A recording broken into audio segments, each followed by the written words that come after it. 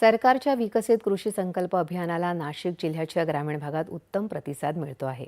विविध गावात कृषी विकास केंद्रांचे अधिकारी, कृषी विद्यापीठाचे शास्त्रज्ञ, ग्रामपंचायत कार्यालयात शेतकऱ्यांची भेट घेऊन त्यांच्या समस्यांचं निराकरण करत आहेत. आज सय्यद पिंपरी आणि शिलापूर या गावात शेतकऱ्यांसाठी मार्गदर्शन आणि संवाद आयोजित करण्यात आला होता. यावेळी विविध कृषी विद्यापीठांच्या तज्ज्ञांनी द्राक्ष, कांदा, सोयाबीन, डाळिंब आणि भाजीपाल्याबद्दल शेतकऱ्यांना मार्गदर्शन केलं. सरकारच्या इतर कृषी योजनांची माहितीही शेतकऱ्यांना देण्यात आली.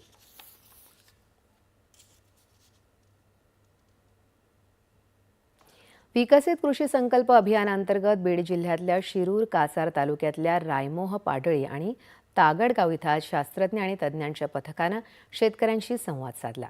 शेतकऱ्यांच्या पीक व्यवस्थापनाविषयीच्या समस्या जाणून घेत त्यांचं निराकरण करण्यात आलं. उत्पादन वाढीसाठी बियाण्यांची निवड, बीज उगवण चाचणी, बीज प्रक्रिया, तण नियंत्रण, खत आणि कीटकनाशक फवारणी व्यवस्थापन, जैविक शेती, फळ आणि फुलबागा या विषयांबद्दल शास्त्रज्ञांनी माहिती दिली. या अभियानाचा शेतीसाठी नक्कीच फायदा होईल असा विश्वास पथकानं आणि शेतकऱ्यांनी व्यक्त केला आहे.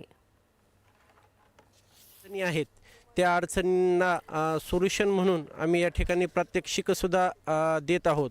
यामध्ये बीड जिल्ह्यातली जी काही मुख्य पिकं आहेत, सोयाबीन, कापूस, तूर, मूग, उडीद या पिकांमध्ये आम्ही उगवण क्षमता तपासणी असेल, त्यानंतर बीज प्रक्रियेचा अवलंब असेल, त्यानंतर पेरणीची पद्धत असेल, याविषयी सखोल सर्व आमच्या टीममार्फत मार्गदर्शन या ठिकाणी होत आहे.